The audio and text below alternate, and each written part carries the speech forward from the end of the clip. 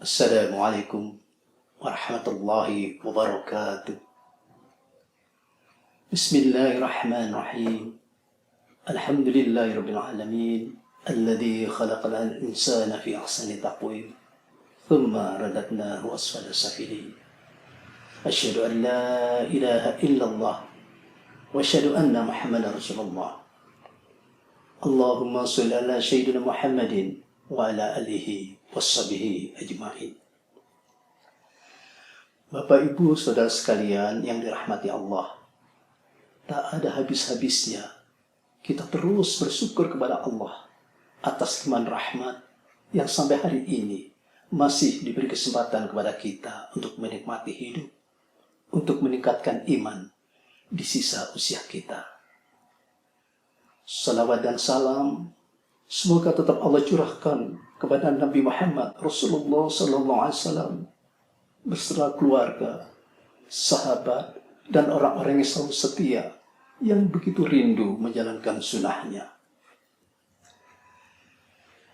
Pemirsa, kali ini saya akan melanjutkan cerita episode yang lalu, 54.000 kali mengikuti pelatihan bagian kedua. Kali ini saya beri judul khusyuk di dalam, khusyuk di luar. Pemirsa, orang yang sudah dilatih oleh salatnya sampai ribuan kali itu, insya Allah lisannya menjadi bagus. Apa yang diucapkan akan sesuai dengan hatinya, yang seperti yang kita bahas kemarin. Sehingga terjagalah hidupnya dari perbuatan keji dan mungkar. Insya Allah. Demikian jaminan Allah yang difirmankan dalam Al-Quran, surat Al-Ankabut 45. Pemirsa, orang yang khusyuk adalah yang merasa tidak berat melakukan sholat, bahkan merasa senang karena rindu bertemu dengan Tuhannya. Subhanallah, alhamdulillah, ya Allah. Nilai-nilai sholatnya akan merefleksi dalam kehidupannya. Dengan kata lain, orang yang khusyuk di dalam salatnya, insya Allah juga akan khusyuk di luar salatnya. Perilakunya baik, tutur kata dan akhlaknya mulia. Bapak Ibu hadirin yang dirahmati Allah, mengapa nilai-nilai salat perlu direfleksikan dalam kehidupan di luar salat? Karena salat adalah sebagai puncaknya ibadah yang di dalamnya tersimpan mutiara-mutiara indah yang sangat mahal nilainya. Banyak sekali mutiara indah dalam perilaku salat. Salah satunya yang kita bahas adalah tumaknina, tenang, tidak terburu-buru. Orang yang salat jiwanya akan tenang karena telah dilatih tumaknina di setiap salatnya. Selain jiwanya tenang, hatinya juga tenteram karena selalu berorientasi kepada Allah Subhanahu wa taala. Ala bidzikrillahi tatma'innul qulub. Ingatlah, hanya dengan mengingat Allah, hati menjadi tenteram. Ia tidak terburu-buru dalam tindakannya, tidak buruk sangka atau suudzon, lebih-lebih kepada Allah, Sang Pencipta alam semesta. Pemirsa, apa saja yang diciptakan Allah, hakikatnya semua demi kemaslahatan manusia. Walladzi khalaqalakum ma fil ardi jami'an. Dialah yang menciptakan segala apa yang ada di bumi ini untuk kepentingan manusia. Pemirsa, memang selain ada manusia yang berbaik sangka, ada sebagian manusia yang berburuk sangka. Misalnya saja, ketika Allah menurunkan hujan yang sangat deras, yang kadang dibarengi dengan suara guruh yang menggelegar, petir yang menyambar, maka menyikapi hal itu, banyak manusia yang terhalang aktivitasnya, sehingga ada yang mengumpat mungkin, ada yang menyalahkan hujan mungkin, atau bahkan kadang menyalahkan Sang Pencipta. Mengapa hujan deras yang diturunkan? Mengapa tidak hujan rintik-rintik saja? Kira-kira ada yang berpendapat demikian. Tapi pemirsa, lihatlah, kita renungkan.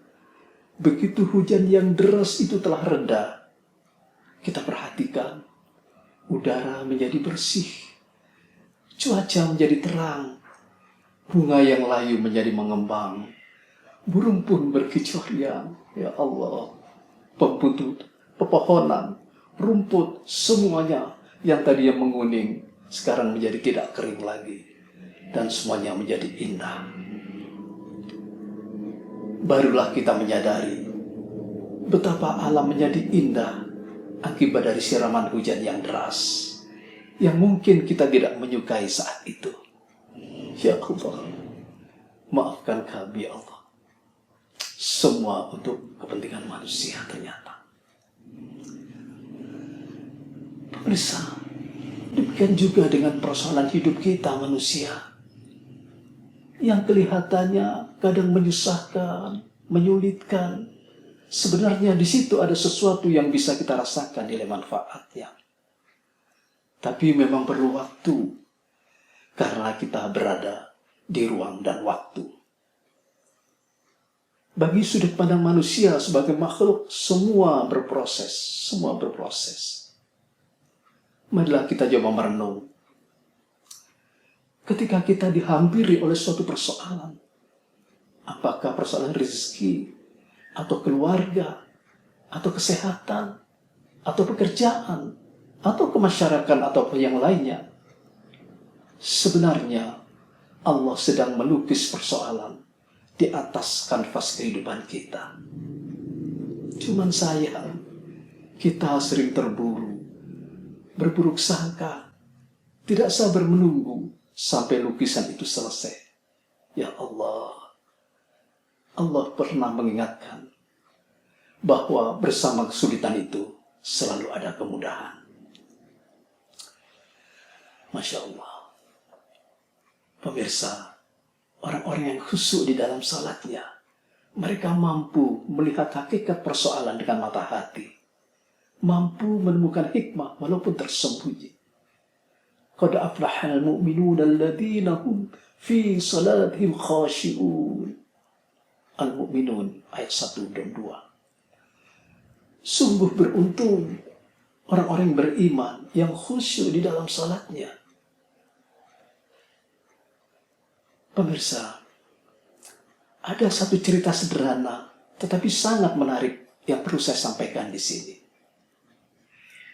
Suatu saat ada seseorang yang kehilangan kunci mobilnya saat mau berangkat kerja. Begitu ceritanya. Mau berangkat kerja, dicari-cari mobil kuncinya, tidak ketemu. 1 menit, 2 menit, hampir 30 menit, sampai hampir 1 jam, tidak ketemu juga kunci mobil itu. Hampir jengkel rasanya.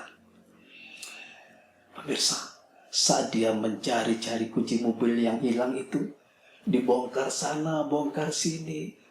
Suatu saat, ia ketemu sesuatu. Pandangan matanya melihat sesuatu. Apa itu? Adalah sesuatu yang sangat berharga. Benda yang sejak dulu dicari-carinya yang sudah hilang 2 tahun yang lalu. Yaitu adalah pulpen kesayangannya.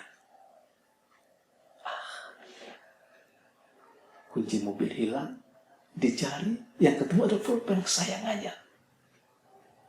Dan anehnya, setelah pulpen itu ketemu, ternyata begitu mudahnya terlihatlah oleh dia bahwa kunci mobil itu tergeletak di sudut sana. Ya Allah, ya Allah. Dia bercerita kepada saya. Sambil matanya berkaca-kaca, ia mengatakan, Allah sengaja menyembunyikan kunci mobil saya agar saya menemukan pulpen kesayangan saya yang 2 tahun yang lalu tidak ketemu. Ya Allah. Dalam peristiwa sederhana ini, kita menjadi tahu begitu indahnya Allah melukis sebuah persoalan. Masya Allah, Masya Allah.